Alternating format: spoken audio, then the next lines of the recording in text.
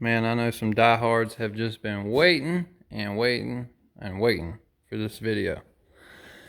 Finally got it back from the tuners, and actually it went pretty well. I just unloaded it from the trailer, and it has damn near close to 100 pounds of oil pressure.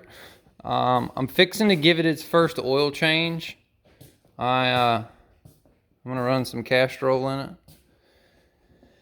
And I want to show you here and get all up in there.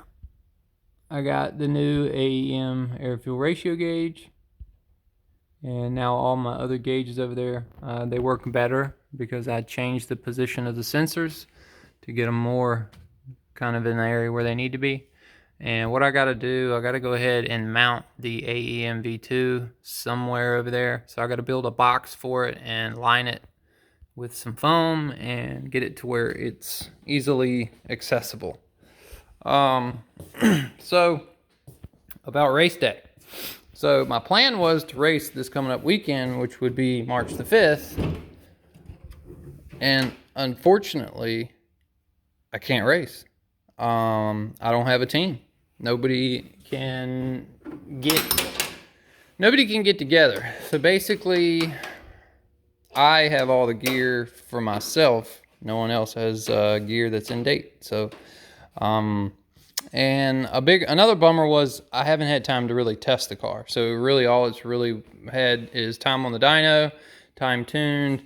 I wrote a detailed message to him and kind of told him what I wanted. I wanted him to check, downshifts, and don't put a fan in front of the car to where it's more like a racing environment. Leave the hood closed. Try to get the temperatures up there, stuff like that. Try to put it in more of a racing scenario rather than trying to get your highest horsepower numbers. So he was actually able to get a little bit higher than what we were left with, but I didn't want to be pushing 27 or 28 degrees timing. If 29 degrees is going to knock, which it did, then 27, 28 is kind of pushing the limits. So I got 25 degrees time and set in it on high RPM settings. So it runs really good. I just took it up the road and boy, oh boy, was she flying. But it's kind of dark outside and I didn't want to piss off any of my neighbors. So I'm going to go ahead, now that I got it warm and I got the oil kind of moved around, I'm going to go ahead and drain the oil. I want to see what it looks like. Might cut up in the filter and see what's in the filter, stuff like that. But I'm just going to go through it. Now, as far as racing and a track day is concerned, I sent 2 emails today trying to find an event at VIR that I can get this thing on track. So I contacted 2 people. One of them sent me a message back, and I have to basically send him details of what my driving experience is before they're going to let me join their group. So I kind of understand it. They don't want a newbie getting in there messing anybody up. So that's kind of about it. So I'm going to go ahead and change the oil. And I know anybody who was kind of hoping and waiting for this thing to get on track, if you're let down, trust me, I'm let down just as much. So it is what it is. I try to look at things as things happen for a reason. So maybe I wasn't supposed to race, and this thing, who knows? God does funny things to people, and just put a wrench in it. So it is what it is. We will race again. I'll probably look at racing maybe Kershaw sometime in April. I might have to run with Lemons, but another Champ Car Kershaw comes back in June, and there's Bowling Green, Kentucky in May.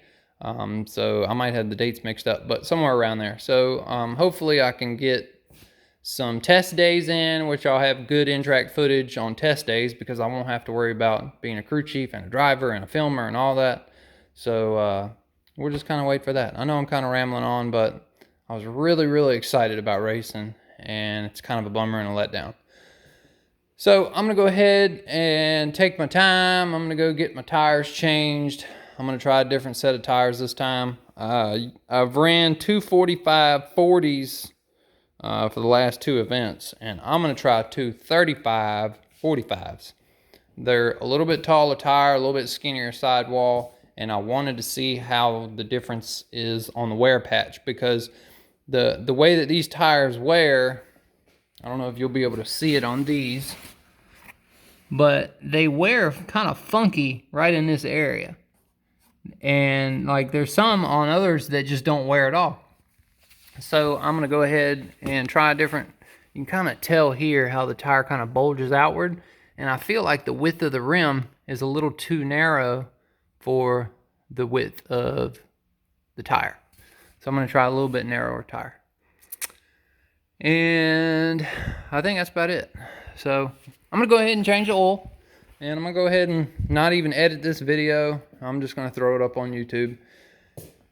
That way, it's a whole lot quicker that way. So hope y'all enjoy this. Leave me some comments, show me some love. Boy, oh boy, it's depressing. Y'all have a good one. Give me a thumbs up.